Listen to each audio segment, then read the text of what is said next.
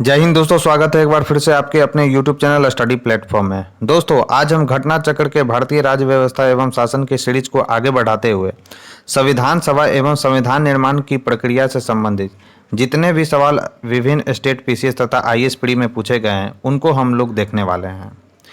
इससे पहले मैंने संवैधानिक विकास से संबंधित जितने भी सवाल विभिन्न स्टेट पीसीएस तथा आईएएस प्री में पूछे गए थे उनको मैंने कवर कर दिया है। तो अभी तक जिन लोगों ने उस वीडियो को नहीं देखा है तो प्लेलिस्ट में जाकर उसे सबसे पहले देख लें।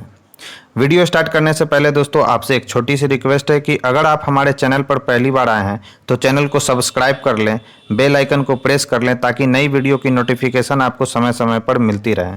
साथ ही साथ इस वीडियो को ज़्यादा से ज़्यादा लाइक करें और अपने दोस्तों के साथ शेयर करें। तो चलिए डिस्कशन स्टार्ट करते हैं। सबसे पहले हम लोग दोस्तों संविधान सभा एवं संविधान निर्माण प्रक्रिया से संबंधित जितने भी सवाल विभिन्न स्टेट पीसीएस तथा आईएएस प्री में पूछे गए हैं उनको हम लोग एक एक कर देखेंगे। तो चलिए डिस्कशन स्टार्ट करते हैं। आज के डिस्कशन का हमारा फर्स्ट सवाल है दोस्तों, भारत के लिए संविधान की रचना हेतु संविधान सभा का विचार निम्नलिखित में से सर्वप्रथम किसने प्रस्तुत किया था? तो दोस्तों यह प्रस्तुत किया था स्वराज पार्टी ने 1934 ईस्वी में, और यह वीवीआई सवाल है दोस्तों जिसे आपको ध्यान में रखना है। अब देखते हैं इससे कौन कौन से महत्वपूर्ण पॉइंट्स हमारे एग्जाम के लिए महत्वपूर्ण है।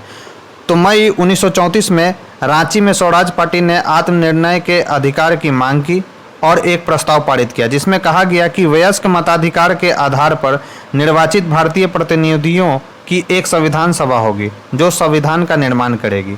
भारतीयों की ओर से संविधान सभा की मांग करने का यह प्रथम अवसर था दोस्तों। तो ये कुछ महत्वपूर्ण पॉइंट्स हैं दोस्तों इस क्वेश्चन से रिलेटेड जिसे आपको ध्यान में रखना है। नेक्स्ट क्वेश्चन है दोस्तों, स्वतंत्रता के पूर्व के दिनों में प्रारंभ में किसने संविधान निर्मात्री सभा का विचार प्रस्तुत किया था? तो उनका नाम है दोस्तों एमएन रॉय यानी मवेंद्र नाथ रॉय। उन्होंने यह विचार प्रस्तुत किया था दोस्तों। तो वर्ष 1934 में, ये डेट भी याद रखना है कि वर्ष 1934 में भारत में संविधान निर्मात्री सभा का विचार एमएन रॉय ने दिया था दोस्तों। नेक्स्ट क्वेश्चन है दोस्तों, एक निर्वाचित संविधान सभा द्वारा भारत के संविधान का निर्माण करने का प्रस्ताव किया गया था। तो यह प्रस्ताव किसके द्वारा किया गया था दोस्तों? तो यह क्रिप्स मिशन द्वारा किया गया था। और यह कब भारत आया था? तो याद रखना है यह 1942 ईस्वी में मिशन भारत आया था, क्रिप्स मिशन। तो एक निर्वाचित संविधान सभा द्वारा भारत के संविधान का निर्माण करने का प्रस्ताव सर्वप्रथम क्रिप्स मिशन 1942 द्वारा किया गया था दोस्तों। तो ये कुछ महत्वपूर्ण पॉइंट्स है दोस्तों इससे रिलेटेड जिसे आपको ध्यान में रखना है। नेक्स्ट है, कैबिनेट मिशन योजना के अंतर्गत संविधान निर्मात्री परिषद में प्रत्येक प्रांत को आवंटित सदस्य संख्या निर्धारित करने के लिए एक प्रतिनिधि कितनी जनसंख्या के अनुपात में था? तो दोस्तों यह 10 लाख व्यक्ति की जनसंख्या के अनुपात में था दोस्तों। और यह भी वीवीआई सवाल है दोस्तों। अब इससे रिलेटेड कौन कौन से महत्वपूर्ण फैक्ट्स है दोस्तों उसको भी देख लेते हैं। तो कैबिनेट मिशन वर्ष 1946 ईस्वी में भारत आया। तो याद रखना है कि कैबिनेट मिशन भारत कब आया? तो 1946 ईस्वी में। मिशन ने अपनी रिपोर्ट में संविधान सभा के गठन का एक सूत्र प्रस्तुत किया जिसके आधार पर संविधान सभा निर्वाचित होनी थी और प्रांतों का प्रतिनिधित्व जनसंख्या के आधार पर होना था। ये भी याद रखना है। इसके तहत मोटे तौर पर प्रति 10 लाख व्यक्ति के ऊपर एक प्रतिनिधि के निर्वाचन की व्यवस्था प्रस्तावित थी दोस्तों। तो याद रखना है कि प्रति 10 लाख पर एक प्रतिनिधि को चुना जाएगा दोस्तों, ऐसा प्रस्ताव इसमें पारित किया गया था। नेक्स्ट है, इन व्यक्तियों में से कौन कैबिनेट मिशन का सदस्य नहीं था? तो दोस्तों पैथिक लॉरेंस, स्टेफोर्ड क्रिप्स और एबी अलेक्जेंडर ये जो थे कैबिनेट मिशन के सदस्य थे, जबकि विलियम जो वुड हैं वो कैबिनेट मिशन के सदस्य नहीं थे दोस्तों। तो इस क्वेश्चन का राइट आंसर क्या हो जाएगा? ए हो जाएगा। अब देखते हैं कौन कौन से महत्वपूर्ण पॉइंट है। तो कैबिनेट मिशन मार्च 1946 ईस्वी में भारत आया। ये भी डेट याद रखना है कि मार्च में आया या अप्रैल में आया। तो मार्च 1946 में आया और ऐसे सवाल बीपीएससी में पूछे जाते हैं। इस मिशन के सदस्य स्टेफोर्ड क्रिप्स जो कि अध्यक्ष थे दोस्तों बोर्ड ऑफ ट्रेड के, और पैथिक लॉरेंस जो कि भारत सचिव थे। तो ये भी याद रखना है, ये भी सब वीवीआई सवाल है दोस्तों कि कैबिनेट मिशन में अध्यक्ष कौन थे? तो स्टेफोर्ड क्रिप्स। और भारत सचिव कौन थे? तो पैथिक लॉरेंस। और एबी अलेक्जेंडर कौन थे? तो नौसेना मंत्री। तो ये सब के सब वीवीआई पॉइंट्स हैं दोस्तों जिसे आपको ध्यान में रखना है। नेक्स्ट क्वेश्चन है दोस्तों, भारतीय संविधान सभा का गठन किया गया था। तो भारतीय संविधान सभा का गठन किसके द्वारा किया गया था दोस्तों? तो कैबिनेट मिशन योजना 1946 के अंतर्गत भारतीय संविधान सभा का गठन किया गया था दोस्तों।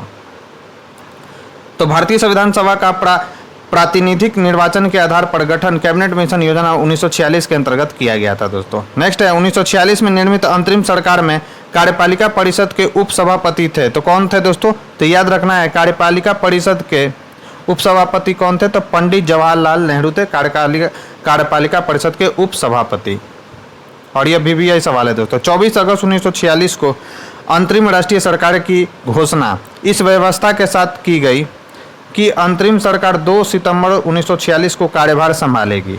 वायसराय इसमें कार्यपालिका परिषद का पदेन अध्यक्ष था। तो याद रखना है कि इसमें जो पदेन अध्यक्ष बनाया गया था वो किसको बनाया गया था दोस्तों? तो वायसराय को बनाया गया था, तथा जवाहरलाल नेहरू को उपाध्यक्ष या उपसभापति बनाया गया था दोस्तों। तो ये भी VVI सवाल है दोस्तों।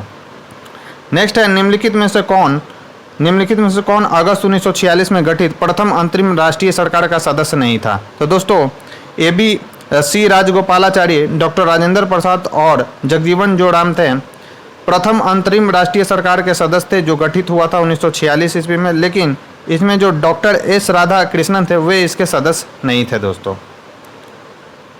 अब देखते हैं कौन कौन से महत्वपूर्ण पॉइंट्स है दोस्तों इससे रिलेटेड। तो कैबिनेट मिशन योजना के आधार पर 24 अगस्त 1946 की घोषणा के तहत नवनिर्वाचित संविधान सभा ने 2 सितंबर 1946 को भारत की अंतरिम सरकार का गठन किया गया था। और ये डेट याद रखना है, भारत के अंतरिम सरकार का गठन कब किया गया था? तो 2 सितंबर 1946 ईस्वी को। इसमें C राजगोपालाचारी शिक्षा मंत्री बनाए गए थे दोस्तों। डॉक्टर राजेंद्र प्रसाद खाद्य एवं कृषि मंत्री बनाए गए थे। जगजीवन राम श्रम मंत्री बनाए गए थे, जबकि डॉक्टर S राधाकृष्णन इस प्रथम अंतरिम राष्ट्रीय सरकार के सदस्य नहीं थे दोस्तों। तो ये कुछ महत्वपूर्ण पॉइंट्स है दोस्तों इस क्वेश्चन से रिलेटेड, जिसे आपको ध्यान में रखना है। फिर और कथन और कारण से रिलेटेड सवाल है दोस्तों। बेबल योजना के अनुसार कार्यकारी परिषद में हिंदू और मुस्लिम सदस्यों की संख्या समान होनी थी। कारण इसका वेबल का विचार था कि ऐसी व्यवस्था से भारत का बंटवारा बच जाता। तो दोस्तों इसका आंसर जो होगा वो है C, यानी कथन एक सही है पर कारण गलत है। यानी बेबल योजना के अनुसार कार्यकारी परिषद में हिंदू और मुस्लिम सदस्यों की संख्या समान होनी थी, यह सही है। लेकिन जो कारण बताया गया कि बेबल का विचार था कि ऐसी व्यवस्था से भारत का बंटवारा बच जाएगा, यह बिल्कुल गलत है दोस्तों। अब देखते हैं रीजन क्या है। तो अक्टूबर 1943 में लिन लिथगो उस समय के तत्कालीन वायसराय थे दोस्तों के स्थान पर कौन बने थे वायसराय? तो आर्कीबॉल्ड वेबल वायसराय थे तथा गवर्नर जनरल नियुक्त किए गए थे। तो उस समय कौन थे गवर्नर जनरल? तो लॉर्ड वेबल थे। किनके स्थान पर बने थे? तो लॉर्ड लिन लिथगो के स्थान पर ये बने थे। वे भारतीय संवैधानिक गतिरोध को दूर करने के उद्देश्य से मई 1945 में लंदन गए। वहां उन्होंने भारतीय प्रशासन के संबंध में ब्रिटिश सरकार से विस्तार से बात की तथा कुछ प्रस्ताव रखे। जून 1945 में उन प्रस्ताव को बेबल योजना के नाम से सार्वजनिक किया गया। तो याद रखना है कि कब यह सार्वजनिक किया गया? तो जून 1945 ईस्वी में। बेबल योजना के प्रस्तावों में कार्यकारी परिषद में मुसलमान सदस्यों की संख्या हिंदुओं के बराबर होना, परिषद में वायसराय तथा कमांडर इन चीफ को छोड़कर सभी सदस्यों का भारतीय होना, शीघ्र ही शिमला में एक सम्मेलन का बुलाया जाना तथा युद्ध समाप्ति के पश्चात भारतीयों के द्वारा खुद का संविधान बनाया जाना इत्यादि प्रावधान शामिल था दोस्तों। बेबल योजना का उद्देश्य राजनीतिक गतिरोध दूर करना यह भी था, भारत को पूर्ण स्वशासन की दिशा में आगे बढ़ाना और संवैधानिक गतिरोध दूर करना था। इसका उद्देश्य कहीं से भी हिंदू मुस्लिम एकता को दृढ़ करना नहीं था दोस्तों। तो ये याद रखना कि इसका जो उद्देश्य था कहीं से भी हिंदू मुस्लिम एकता को दृढ़ करना नहीं था, जिससे भारत का विभाजन रुक सके। अतः कथन सत्य है पर कारण गलत है दोस्तों। नेक्स्ट क्वेश्चन है दोस्तों, निम्नलिखित में से कौन से कथन संविधान सभा के विषय में सत्य हैं? वह वयस्क मताधिकार पर आधारित थी, पहला है। दूसरा है वह प्रत्यक्ष निर्वाचन का परिणाम थी। दूसरा है वह बहुदलीय निकाय थी।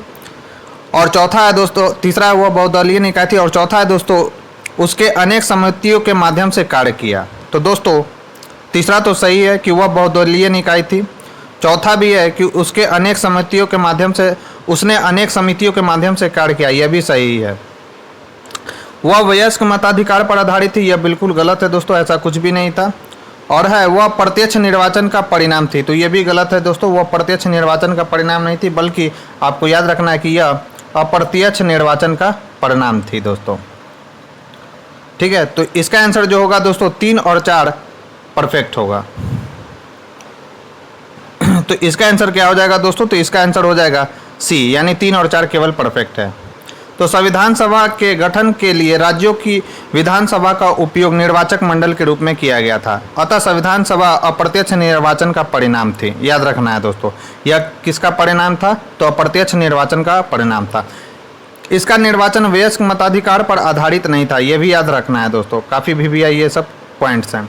संविधान सभा में अनेक दलों के लोग शामिल थे। इन सभा ने अपने कार्यों का संचालन करने के लिए अनेक समितियों का गठन किया था दोस्तों। नेक्स्ट क्वेश्चन है, भारतीय संविधान सभा के संबंध में निम्नलिखित कथनों में से कौन सा सही है। यह वयस्क में मताधिकार पर आधारित नहीं था, यह सही है। यह प्रत्यक्ष निर्वाचन का परिणाम था, यह गलत है दोस्तों। प्रत्यक्ष नहीं बल्कि अप्रत्यक्ष निर्वाचन का परिणाम था ये। यह बहुदलीय संरचना नहीं थी, यह गलत है। यह बहुदलीय संरचना थी दोस्तों। यह कई समितियों के माध्यम से कार्यरत थी, यह बिल्कुल सही है दोस्तों। तो इसमें कौन कौन सा सही है दोस्तों, तो ए और डी केवल सही है। अब देखते हैं कौन सा आंसर है, तो एक ही ऑप्शन है पहला, तो इसका आंसर हो जाएगा ए और डी सही है दोस्तों। इसकी व्याख्या ऊपर है दोस्तों, जो कि मैंने डिस्कस कर दिया है। निम्नलिखित में से संविधान सभा के बारे में गलत कथन कौन सा है, वो पहचानिए। इसने बड़ी संख्या में समिति की मदद से काम किया, उनमें से प्रारूप समिति सबसे महत्वपूर्ण समिति थी, यह बिल्कुल सही है दोस्तों। अल्पसंख्यक समुदाय जैसे ईसाई, एंग्लो इंडियन और पारसियों को सभी में पर्याप्त प्रतिनिधित्व दिया गया, यह भी सही है दोस्तों। इसका निर्वाचन सार्वभौम वयस्क मताधिकार पर किया गया था दोस्तों, यह बिल्कुल गलत है दोस्तों। वयस्क मताधिकार पर इसका निर्वाचन नहीं किया गया था। तो इसका करेक्ट आंसर क्या हो जाएगा, तो ये हो जाएगा सी। तो संविधान सभा के सदस्यों का निर्वाचन प्रांतीय विधानसभाओं के सदस्यों द्वारा अप्रत्यक्ष निर्वाचन के आधार पर हुआ था, न कि सार्वभौम वयस्क मताधिकार के आधार। अब ये निर्वाचन कैसे होता था दोस्तों, तो कर, संपत्ति और शैक्षणिक योग्यता के आधार पर मताधिकार प्रदान किया गया था। सभी को मताधिकार प्राप्त नहीं था दोस्तों, और यह VVI ये सब पॉइंट्स है दोस्तों। नेक्स्ट क्वेश्चन है दोस्तों, भारत के संविधान का प्रारूप तैयार करने वाली संविधान सभा के सदस्यों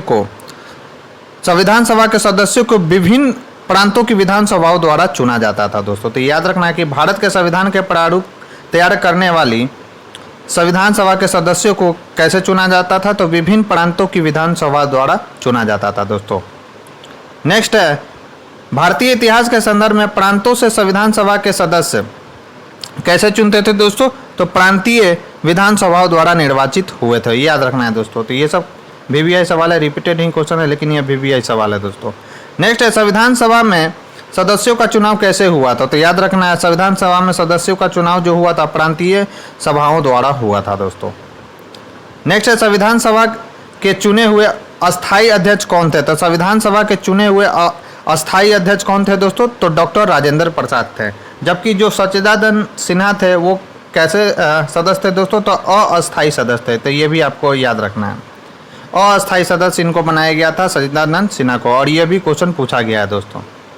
तो 9 दिसंबर 1946 को संविधान सभा की प्रथम बैठक की अध्यक्षता किसने की थी, अस्थायी अध्यक्षता किसने की थी दोस्तों, डॉक्टर सच्चिदानंद सिन्हा ने की थी। और उसके 2 दिन बाद यानी 11 दिसंबर को 1946 को संविधान सभा ने डॉक्टर राजेंद्र प्रसाद को निर्विरोध संविधान सभा के अस्थायी अध्यक्ष के रूप में निर्वाचित किया था दोस्तों। और एक और पॉइंट याद रखना है कि इसके 2 दिन बाद यानी 13 दिसंबर को दोस्तों, 13 दिसंबर 1946 ईस्वी को जवाहरलाल नेहरू के द्वारा उद्देश्य प्रस्ताव प्रस्तुत किया गया था दोस्तों। तो ये तीनों के तीनों जो डेट है दोस्तों इम्पोर्टेंट है। संविधान सभा की प्रथम बैठक की अध्यक्षता किसने की थी, तो दोस्तों संविधान सभा की प्रथम बैठक की अध्यक्षता डॉक्टर सच्चिदानंद सिन्हा ने की थी, और ये इसके अस्थायी सदस्य थे दोस्तों। नेक्स्ट है,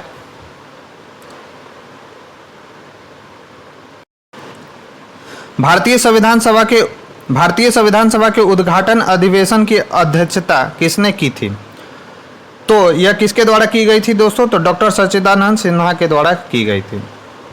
भारतीय संविधान निर्मात्री सभा के अध्यक्ष कौन थे, तो भारतीय संविधान निर्मात्री सभा के अध्यक्ष कौन थे दोस्तों, तो डॉक्टर राजेंद्र प्रसाद थे। नेक्स्ट है, स्वतंत्र भारत की संविधान सभा के अध्यक्ष कौन थे, तो स्वतंत्र भारत की संविधान सभा के अध्यक्ष कौन थे, तो डॉक्टर राजेंद्र प्रसाद थे दोस्तों। भारतीय संविधान सभा की स्थापना की गई थी, तो कब की गई थी दोस्तों? तो याद रखना है 9 दिसंबर 1946 ईस्वी को भारतीय संविधान सभा की स्थापना की गई थी। और इस दिन जो है दोस्तों अस्थायी सदस्य के रूप में किनका चयन किया गया था? तो डॉक्टर सच्चिदानंद सिन्हा का चयन किया गया था दोस्तों। भारतीय संविधान सभा की स्थापना 9 दिसंबर 1946 को उसकी प्रथम बैठक के आरंभ होने के साथ ही हुई थी दोस्तों। संविधान सभा की प्रथम बैठक कब हुई थी? तो 9 दिसंबर 1946 ईस्वी को हुई थी दोस्तों संविधान सभा की प्रथम बैठक। और यह 66 बीपीएससी प्री में पूछा गया सवाल है दोस्तों। तो देख रहे हैं कि रिपीटेड सवाल नहीं बीपीएससी पूछता है, इसीलिए इस सीरीज को मैंने स्टार्ट किया है दोस्तों। संविधान सभा का गठन कब हुआ था? तो संविधान सभा का गठन कब हुआ था दोस्तों? तो 9 दिसंबर 1946 ईस्वी को हुआ था, यानी दिसंबर 1946 इसका जो है करेक्ट आंसर है। भारत की संविधान सभा का प्रथम अधिवेशन कब शुरू हुआ? तो कब अधिवेशन शुरू हुआ था दोस्तों? तो 9 दिसंबर 1946 ईस्वी को। नेक्स्ट है भारतीय संविधान की पहली बैठक कब हुई थी? सेमी क्वेश्चन है, 9 दिसंबर 1946 ईस्वी को। नेक्स्ट है भारत को एक संविधान देने का प्रस्ताव संविधान सभा द्वारा पारित किया गया था। कब पारित किया गया था दोस्तों? तो याद रखना है 22 जनवरी 1947 ईस्वी को। 22 जनवरी 1947 ईस्वी को भारत को एक संविधान देने का प्रस्ताव संविधान सभा द्वारा पारित किया गया था दोस्तों। और यह डेट वीवीआई है बीपीएससी के लिए। तो 22 जनवरी 1947 को संविधान सभा द्वारा भारत को एक संविधान देने का उद्देश्य प्रस्ताव पारित किया गया था। उद्देश्य प्रस्ताव को 13 दिसंबर 1946 को संविधान सभा में जवाहरलाल नेहरू ने पेश किया। मैंने बताया था दोस्तों, आगे चलकर यही उद्देश्य प्रस्ताव प्रस्तावना का प्रारूप बना दोस्तों। संविधान सभा के सम्मुख संविधान की प्रस्तावना का प्रस्ताव किसने रखा था? तो किसने रखा था दोस्तों? तो पंडित जवाहरलाल नेहरू ने रखा था। संविधान सभा में उद्देश्य प्रस्ताव निम्न में से किसके द्वारा प्रस्तुत किया गया था? तो पंडित जवाहरलाल नेहरू के द्वारा प्रस्तुत किया गया था दोस्तों। नेक्स्ट है दोस्तों, भारतीय संविधान के निर्माण से संबंधित निम्नलिखित कथनों में से कौन सा सही है? पंडित जवाहरलाल नेहरू के उद्देश्य प्रस्ताव का जो संविधान सभा द्वारा स्वीकार किया गया था संविधान के निर्माण पर असर था। सही बात है दोस्तों, ये परफेक्ट है। उद्देशिका बहुत महत्वपूर्ण उद्देश्यों की पूर्ति करती है, यह भी सही है दोस्तों। संविधान को भारत के लोगों ने आदेशित किया है, ठीक है दोस्तों, यह भी सही है। फिर राज्य के मुखिया को लोग प्रत्यक्ष रूप से निर्वाचित करते थे, यह गलत है दोस्तों। राज्य का जो हेड होता है यानी स्टेट का जो हेड होता है यानी राष्ट्रपति, इसके बारे में याद रखना है कि इनका जो निर्वाचन होता है दोस्तों जनता द्वारा अप्रत्यक्ष रूप से यह चुने जाते हैं, न कि प्रत्यक्ष रूप से। तो इस हिसाब से ये जो चौथा ऑप्शन दिया गया है दोस्तों वो बिल्कुल गलत है, जबकि 1 सही है, 2 सही है और 3 सही है दोस्तों। तो दोस्तों इस क्वेश्चन का आंसर क्या हो जाएगा? ए, यानी 1, 2, 3 सही है, जबकि 4 गलत है दोस्तों। तो भारतीय संविधान के तहत राज्य के मुखिया अर्थात राष्ट्रपति का निर्वाचन लोगों द्वारा प्रत्यक्ष रूप से नहीं बल्कि अप्रत्यक्ष रूप से जनप्रतिनिधि कौन है दोस्तों?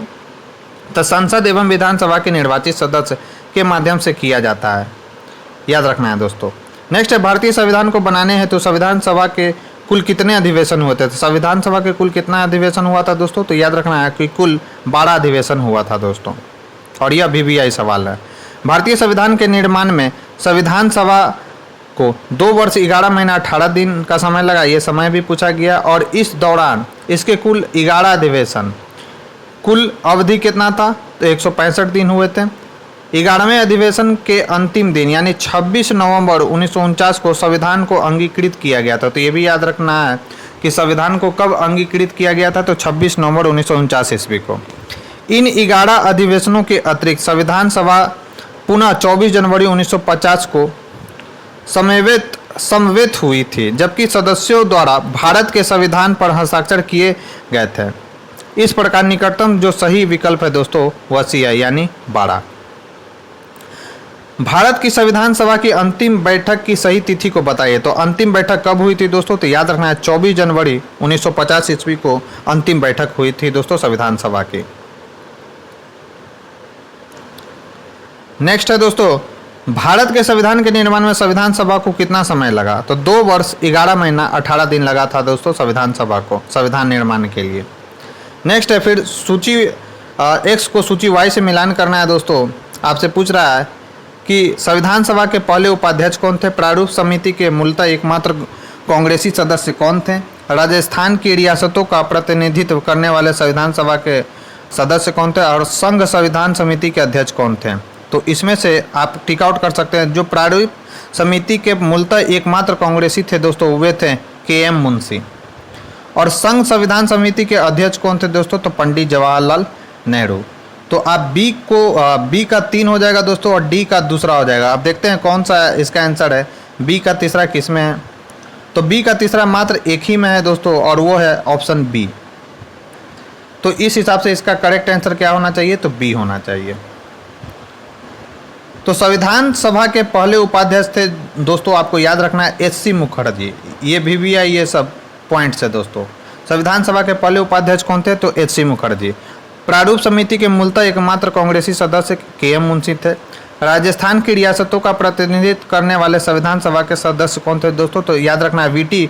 कृष्णमाचारी। वी.टी. कृष्णमाचारी जो थे राजस्थान की रियासतों का प्रतिनिधित्व करने वाले संविधान सभा के सदस्य थे। और संघ संविधान समिति के अध्यक्ष कौन थे दोस्तों? तो पंडित जवाहरलाल नेहरू। संविधान सभा के पहले अस्थायी उपाध्यक्ष कौन थे? तो ये भी आपको याद रखना है कि संविधान सभा के पहले अस्थायी उपाध्यक्ष फ्रैंक एंथोनी थे, जिन्हें 9 दिसंबर 1946 को अस्थायी अध्यक्ष सच्चिदानंद सिन्हा द्वारा नामित किया गया था। एच.सी. मुखर्जी संविधान सभा के पहले अस्थायी उपाध्यक्ष थे दोस्तों। तो पहला अगर पूछे कि अस्थायी उपाध्यक्ष कौन थे, तो फ्रैंक एंथोनी। जबकि पहले अस्थायी उपाध्यक्ष कौन थे? तो याद रखना है एच.सी. मुखर्जी। और ये सब VVI पॉइंट्स है दोस्तों, मैं बार बार बोल रहा हूँ। भारतीय संविधान के निर्माण के समय संवैधानिक सलाहकार कौन थे? तो दोस्तों भारतीय संविधान के निर्माण के समय संवैधानिक जो सलाहकार थे उनका नाम है B.N. राव, यानी इनका पूरा नाम है बेनेगल नरसिंह राव। तो भारतीय संविधान के निर्माण के समय बेनेगल नरसिंह राव, जिन्हें शॉर्ट फॉर्म में बोला जाता है दोस्तों B.N. राव, को संवैधानिक सलाहकार नियुक्त किया गया था दोस्तों। और यह VVI पॉइंट है दोस्तों। नेक्स्ट है भारतीय संविधान का प्रथम प्रारूप तैयार किया गया था। तो प्रथम प्रारूप किसके द्वारा तैयार किया गया था दोस्तों? तो B.N. राव के द्वारा तैयार किया गया था। संविधान सभा के संवैधानिक सलाहकार B.N. राव द्वारा संविधान का पहला प्रारूप तैयार किया गया था, जिस पर विचार विमर्श का परिवर्तन करके प्रारूप समिति द्वारा संविधान के समक्ष संविधान का मसौदा प्रस्तुत किया गया। B.N. राव के मूल प्रारूप में कितना अनुच्छेद था? तो ये भी सवाल आपसे पूछ सकता है कि B.N. राव के द्वारा जो मूल प्रारूप तैयार किया गया था उसमें कितने अनुच्छेद थे? तो 243 अनुच्छेद थे दोस्तों, ठीक है। और कितनी अनुसूचियाँ थी? तो 13 अनुसूचियाँ थी दोस्तों। संविधान सभा में भारतीय संविधान का तृतीय वाचन कब प्रारंभ हुआ था दोस्तों? तो इसमें स्टार लगा हुआ है, आप देखते हैं रीजन क्या है। तो संविधान सभा में भारतीय संविधान का तृतीय वाचन 17 नवंबर को स्टार्ट हुआ था दोस्तों। 17 नवंबर 1949 से प्रारंभ हुआ था। और कब तक चला था? तो 26 नवंबर 1949 ईस्वी तक चला था। अतः प्रश्न में दिए गए विकल्पों में से कोई भी विकल्प सही नहीं है, इसलिए इसमें स्टार लगा हुआ है दोस्तों। नेक्स्ट है भारत का संविधान पूर्ण रूप से तैयार हुआ था। तो कब तैयार हुआ था? तो 26 नवंबर 1949 ईस्वी को तैयार हुआ था और इसी दिन संविधान को अंगीकृत किया गया था दोस्तों। भारतीय संविधान की उद्देशिका में उल्लेख किया गया है कि 26 नवंबर 1949 को भारत के लोगों ने संविधान को अंगीकृत, अधिनियमित और आत्मर्पित किया है। संविधान को अपनाने, उसके पूर्ण होने, पारित होने तथा इसके अंतिम रूप देने की तारीख भी 26 नवंबर 1949 को ही माना जाता है। इसी दिन नागरिकता, अंतकालीन संसद, अस्थायी और संक्रमणकालीन उपबंध लागू हो गए थे। तथापि संविधान के शेष उपबंध 26 जनवरी 1950 से प्रभावी हुए। अतः संविधान के पूर्ण रूप से लागू होने तथा पूर्ण रूप से क्रियान्वित होने की तिथि के रूप में 26 जनवरी 1950 को ग्रहण करते हैं। नेक्स्ट है भारतीय संविधान को संविधान सभा द्वारा अंगीकृत कब किया गया? तो कब किया गया था दोस्तों? तो 26 नवंबर 1949 ईस्वी को अंगीकृत किया गया था। नेक्स्ट क्वेश्चन है संविधान सभा द्वारा भारतीय संविधान को अंगीकृत किया गया था। तो सेम क्वेश्चन है 26 नवंबर 1949 ईस्वी को अंगीकृत किया गया था दोस्तों। भारत का संविधान किस तिथि को अपनाया गया? तो फिर सेम क्वेश्चन है 26 नवंबर 1949 ईस्वी को अपनाया गया था। भारतीय संविधान कब लागू हुआ? तो भारतीय संविधान कब लागू हुआ दोस्तों? तो 26 जनवरी 1950 ईस्वी को भारतीय संविधान लागू हुआ था दोस्तों पूरे देश में। नेक्स्ट है संविधान को 26 जनवरी के दिन लागू करने का निर्णय इसलिए किया गया क्योंकि कांग्रेस ने इस तिथि को 1930 में स्वतंत्रता दिवस के रूप में मनाया था। और यही इसका परफेक्ट आंसर है दोस्तों। कांग्रेस ने इस तिथि को 1930 में स्वतंत्रता दिवस के रूप में मनाया गया था। इसी दिन के यादगार में 26 जनवरी के दिन लागू करने का निर्णय लिया गया दोस्तों। संविधान को। भारतीय राष्ट्रीय कांग्रेस के लाहौर अधिवेशन कब हुआ था? तो दिसंबर 1929 में पूर्ण स्वराज की घोषणा की गई तथा 26 जनवरी को स्वतंत्रता दिवस के रूप में मनाए जाने का संकल्प लिया गया और आज़ादी के पूर्व तक 26 जनवरी को स्वतंत्रता दिवस के रूप में मनाया जाता रहा, परंतु भारत 15 अगस्त 1947 को स्वतंत्र हो गया और तब से वर्ष 15 अगस्त को स्वाधीनता दिवस के रूप में मनाया जाने लगा, जबकि स्वतंत्रता प्राप्ति के पश्चात 26 जनवरी की तिथि को अविस्मरणीय बनाने के लिए यानी यादगार बनाने के लिए हेतु भारतीय संविधान को पूर्णतः 26 जनवरी 1950 को लागू किया गया और तब से प्रत्येक वर्ष 26 जनवरी को गणतंत्र दिवस के रूप में मनाया जाने लगा दोस्तों। तो इसके पीछे यह रीजन था दोस्तों।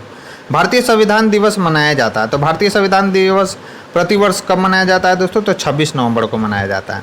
नेक्स्ट है, अब देखते हैं क्या रीजन है। तो भारतीय संविधान दिवस 26 नवंबर को मनाया जाता है। भारतीय संविधान 26 नवंबर 1949 को बनकर तैयार और संविधान सभा द्वारा अंगीकृत हुआ। इसके कुछ प्रावधान इसी दिन लागू किए गए थे, जिसके फलस्वरूप इस दिन को संविधान दिवस के रूप में मनाया जाता है, जबकि भारतीय संविधान 26 जनवरी 1950 को पूर्ण रूप से लागू हुआ था और 26 जनवरी को गणतंत्र दिवस के रूप में मनाया जाता है दोस्तों। नेक्स्ट है, भारतीय संविधान को अपनाया गया था। तो भारतीय संविधान को संवैधानिक सभा द्वारा अपनाया गया था दोस्तों। तो याद रखना है, यह VVI सवाल है। तो भारतीय संविधान को अपनाया गया था, तो किसके द्वारा अपनाया गया था? तो संवैधानिक जो सभा थी उसके द्वारा अपनाया गया था, यानी संविधान सभा द्वारा अपनाया गया था। संविधान सभा के 11वें अधिवेशन में 26 नवंबर 1949 को भारतीय संविधान सभा द्वारा अपनाया यानी अंगीकृत और अधिनियमित किया गया था दोस्तों।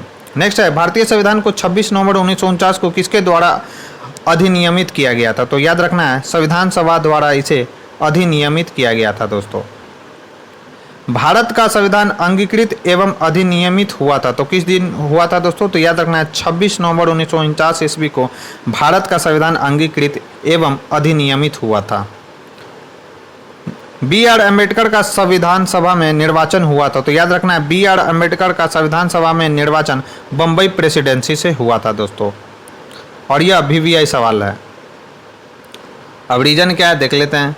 तो वर्ष 1946 में संपन्न संविधान सभा के प्रारंभिक चुनाव में डॉक्टर भीमराव अंबेडकर अविभाजित भारत के बंगाल प्रांत के पूर्वी भाग से निर्वाचित हुए थे। तो याद रखना है कि जब भारत का विभाजन नहीं हुआ था तो बंगाल प्रांत के पूर्वी भाग से ये डॉक्टर राजेंद्र प्रसाद चुने गए थे। बाद में यह क्षेत्र पाकिस्तान में चले जाने के कारण डॉक्टर राजेंद्र प्रसाद भारतीय गणराज्य के बम्बई प्रेसिडेंसी के पूना संसदीय क्षेत्र से उपचुनाव में निर्वाचित होकर भारतीय संविधान सभा में सम्मिलित हुए दोस्तों, और यह VVI सवाल है दोस्तों। पूना सीट उनके लिए कांग्रेस के MR जयकर, याद रखना है, MR जयकर ने त्यागपत्र देकर रिक्त किया था। तो याद रखना है कि जब वो पूना के सीट से चुनाव लड़े थे दोस्तों, तो उनके लिए सीट को रिक्त किसने कर दिया था? तो MR जयकर ने त्यागपत्र दे दिया था। यद्यपि विकल्प A में पश्चिम बंगाल है, फिर भी यह अभिष्ट विकल्प नहीं हो सकता, क्योंकि डॉक्टर अंबेडकर पूर्वी बंगाल से प्रथम निर्वाचित हुए थे। अंततः उन्होंने बम्बई प्रेसिडेंसी से निर्वाचित होकर सदस्य के रूप में संविधान सभा में कार्य किया था। निर्वाचित हुए थे अविभाजित भारत में दोस्तों बंगाल से, लेकिन संविधान सभा में वो कार्य करने के लिए वो कहाँ से निर्वाचित हुए थे? तो बम्बई प्रेसिडेंसी से हुए थे। तो अतः स्पष्ट है कि अभिष्ट उत्तर विकल्प B है।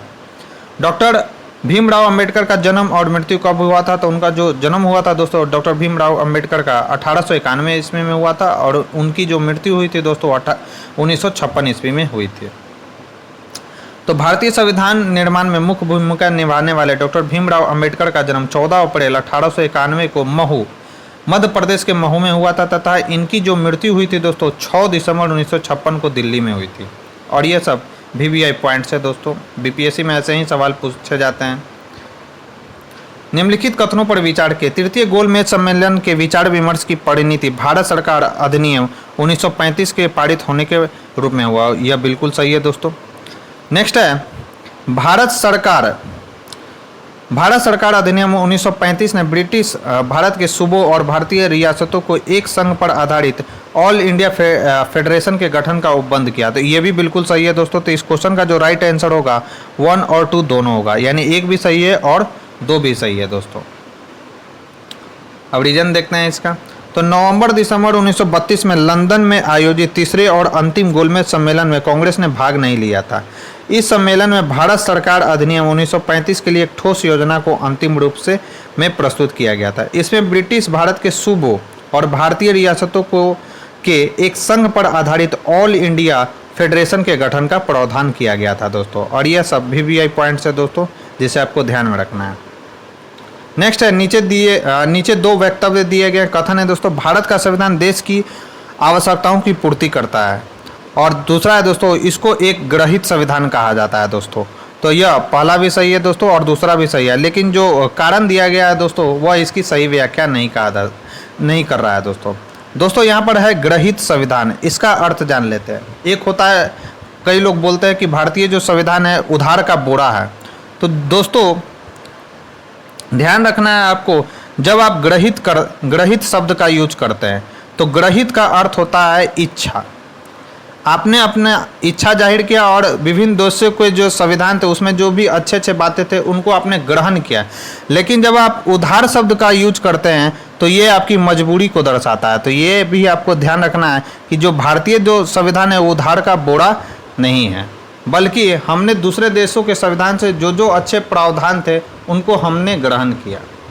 और हमने केवल उनको ग्रहण ही नहीं किया दोस्तों, मतलब उसी रूप में नहीं ले लिया जैसा वहाँ पे लिखा हुआ है, बल्कि उसमें अपने स्तर से यानी भारतीय परिवेश को देखते हुए उसमें कुछ मॉडिफिकेशन किया, तब उसको हमने ग्रहित किया।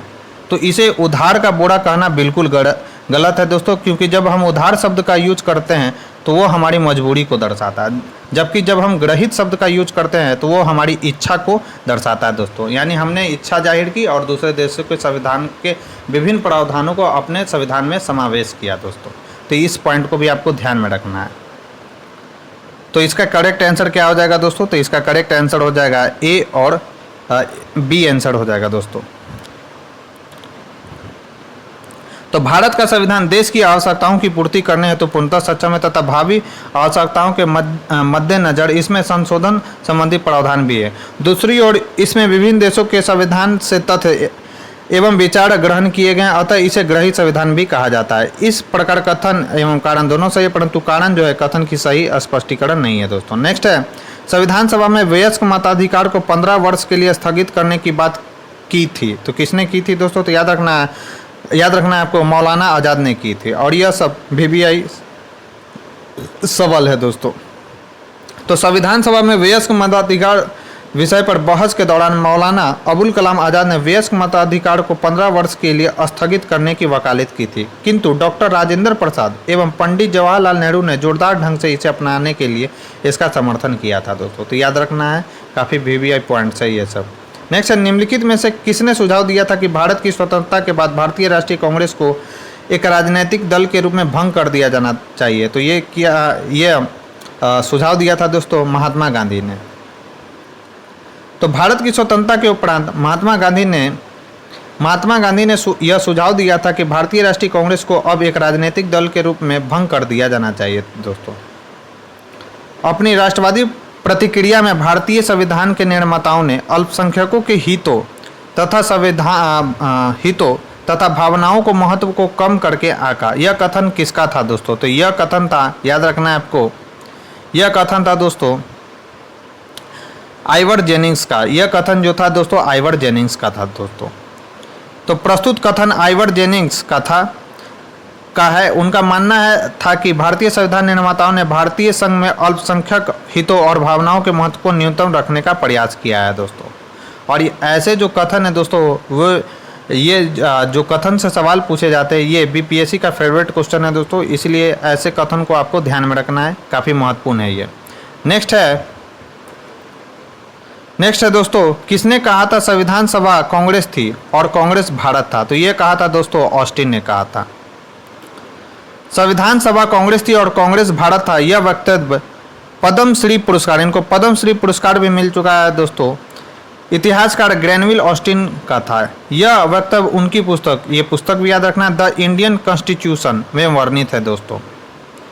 नेक्स्ट है, भारतीय संविधान सभा में कुल कितनी महिला सदस्य थी? तो दोस्तों भारतीय संविधान सभा में कुल महिला सदस्यों की संख्या कितनी थी? तो 15 थी दोस्तों।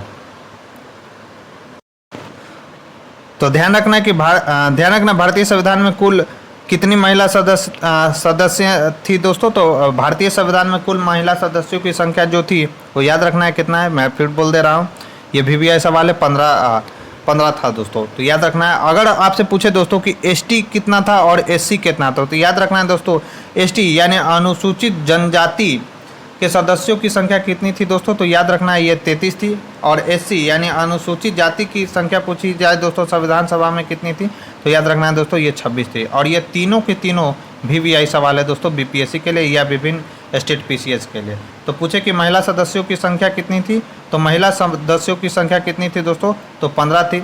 ST यानी शेड्यूल ट्राइब्स की संख्या कितनी थी, तो 33 थी। और शेड्यूल कास्ट की संख्या कितनी थी दोस्तों, 26 थी दोस्तों। तो दोस्तों ये थी हमारी आज की डिस्कशन। इस डिस्कशन में बस आज इतना ही। यह वीडियो मुझे कैसा लगा मुझे कमेंट बॉक्स में लिखकर ज़रूर बताएं। साथ ही साथ अगर ये वीडियो पसंद आए तो इसे ज़्यादा से ज़्यादा लाइक करें और अपने दोस्तों के साथ शेयर करें। तो आज के लिए बस इतना ही। मिलते हैं हम अपने नेक्स्ट वीडियो में। तब तक के लिए धन्यवाद आपका।